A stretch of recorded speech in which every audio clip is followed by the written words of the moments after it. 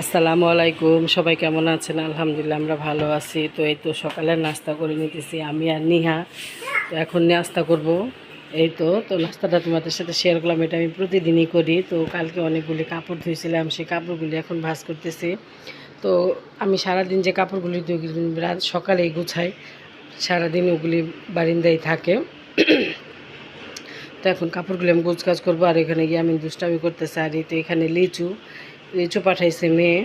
তো সেই লিচিগুলি ভারী মিষ্টি, খুবই মিষ্টি। আমার মেয়ে সুন্দর সব বাজার করতে পারে, ওর মতো আমিও পারি না জিনিসপত্র কিনতে। ও খুবই দেখে শুই না জিনিসপত্র কিনে। লিচুগুলি খুবই মিষ্টি ছিল, বিচিগুলি ছোট ছোট, মাংস অনেক ছিল। তো এই তো এখানে কাইটা নিতেছি কই মাছটা কাটা অনেক কষ্ট, হাত ছিলা যায়, জায়গায় জায়গায় কেঁচা কেঁচা হয়ে যায়। কিন্তু তারপরও যেহেতু আমরা মা, আমাদের কাটতেই হবে, ঘরের কাজ তো আমাদের করতেই হইব। তো নিহাকে। আর এখানে আছে শিং মাছ।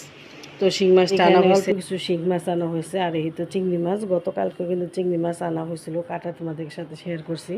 তো আজকে আবার আমি কিছু চিংড়ি মাছ আনলাম। চিংড়ি মাছটা নিহা খাইতে খুব পছন্দ করে, কিন্তু নিহা খাইতে পছন্দ করলে কী হবে, ও তো অ্যালার্জি, ও প্রচুর অ্যালার্জি। ও শিং মাছ, ইলিশ মাছ, চিংড়ি মাছ, গরুর মাংস, এগুলিতে প্রচুর অ্যালার্জি। ও ডিমও খাইতে পারে না।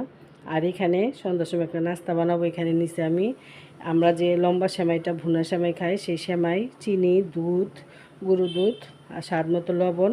আর আমি 1 কাপ সুজি ভিজিয়ে রাখছিলাম আগে, যাতে সুজিটা ভিজে ফুলে যায়। যেহেতু সুজি একটু ফুলে, তো এখন এই সুজি দিয়া আর এই সেমাই দিয়ে একটা নাস্তা বানাবো। তো এই নাস্তাটা আমার কাছে খুবই ভালো লাগে। আমি ইয়েতে দেখছিলাম, ইউটিউবে এক আপুকে দেখছিলাম, ইন্ডিয়ার এক আপু, এই নাস্তাটা সে বানাইছিল। তো আজকে আমি ভাবতেছি সেভাবে ট্রাই করি। আমার মনে হয় একটু পানিটা বেশি হয়ে গেছে, পানিটা একটু কম দেওয়া উচিত ছিল। তো এই তো এখন আমি ইটা ব্যাটারটা রেডি করে নিব। তো এই তো এখানে দিয়ে দিলাম সুজিরা। তো স্বাদ মতো চিনিও দিছি, ভালোই মিষ্টি হয়েছিল। তো পিঠাটা বানাইছি না, দেখতেও খুব সুন্দর লাগছে, খাইতেও খুব ভালো লাগছে। তো বানাইতে বানাইতে একটু দেরি হয়ে গেছে, যেহেতু নিহা খাবে না, শুধু আমি, আমার বড় মেয়ে আর ওর আব্বা খাবো। তো ওর আব্বা এখনও আসেনি অফিস থেকে। তো ওই তো পিঠাটা আমি বানাই নিব, পিঠাটা বানায় রান্না করব। তো আজকে রান্না বান্না তেমন কিছু না, ভাজি আর চিংড়ি মাছ ভুনা করবো। এই তো পিঠাটা বানাইতেছি। পিঠাটা এত মজা হয়েছে, তোমাদেরকে বলে বোঝানো যাবে না। এভাবে আসলে তোমরা বানায় খাইয়া দেখবে। এই জিনিসগুলো আসলে ঘরে সবারই থাকে। এগুলি বানাইতে আসলে তেমন উপকরণ লাগে না, এগুলি আমাদের ঘরে টুকিটাকি জিনিসপত্র থাকে।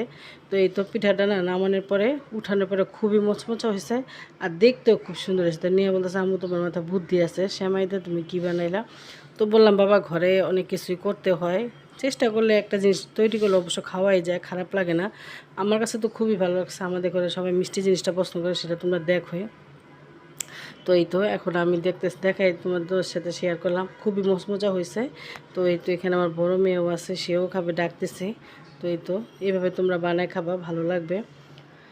তো আসলে এইসব জিনিস আসলে সবাই বানাইতে পারে, তারপরে একটু তোমাদের সাথে শেয়ার করা, যেহেতু এক এক ধরনের কাজের ধরনের এক এক রকম। তো এখানে আমার বড় মেয়ে আছে, ইয়ামিন আছে। তো বলতেছে, আম্মু খুব মজা হয়েছে, তোমার মাথায় বুদ্ধি কোত্থেকে আসে? তো বাবা, মা হলে এরকমই বুদ্ধি হয়, ঘরের বউ বা মা, মেয়েরা সংসারে কাজ কর্ম এভাবে শিখতে হয়, কী দেয়, কী করানো যায়। আর এই তো এখন আমি রান্না করব, বেগুন ভাজি করব। বেগুন ভাজিটা আমাদের ঘরে তোমাদের ভাইয়া খুব পছন্দ করে। তো বেগুন অনেকগুলি আনা হয়েছে, যে কারণে বেগুন ভাজি করলাম। আর চিংড়ি মাছ ভুনা করব।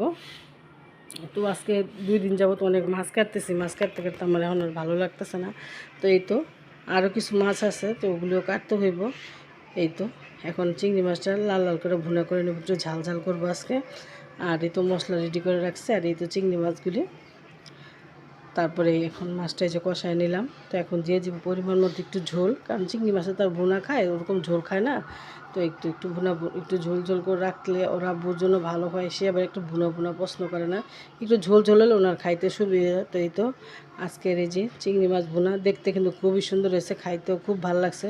তো এই তো তোমরা কমেন্টে জানাবো আমার চিংড়ি মাছ ভুনাটা কেমন হয়েছে। তো এই তো আজকে রান্না বান্না এখানেই। এই তো আর 3 দিন আগে আম দিয়ে ডাল রান্না করছিলাম, সেই যে ছোটো দেশি আম টক, সেই আম 1 পাতিল ডাল শুকায়া, এই যে একটুখানি করলাম শুকায়া, কারণ ওইভাবে কেউ খাইতে চান আমাদের ঘরের ডাল, মাঝে সাঝে হয়তো খায়, কিন্তু ওই জন্য তার 1 পাতিল ডাল রাখা যায় না। তো 3 দিন হয়ে গেছে, সেই ডালটা এখন শুকাইলাম। আর এই দেখো, ছোটো বাচ্চা থাকলে যা হয়, ইয়ামিন মুড়ি নিয়ে আইসা সব মুড়িগুলি ফালাই দিল। তো এই তো আমাদের ইয়ামিনের জন্য সবাই দোয়া করবা, তোমরা সবাই ভালো থাকো, সুস্থ থাকবা। আর আমার পরিবারের সবাই তোমরা ভালো থাকবা, আমিও তোমাদের জন্য করি, তোমরা আমাদের জন্য দোয়া করবা। আল্লাহ হাফিজ।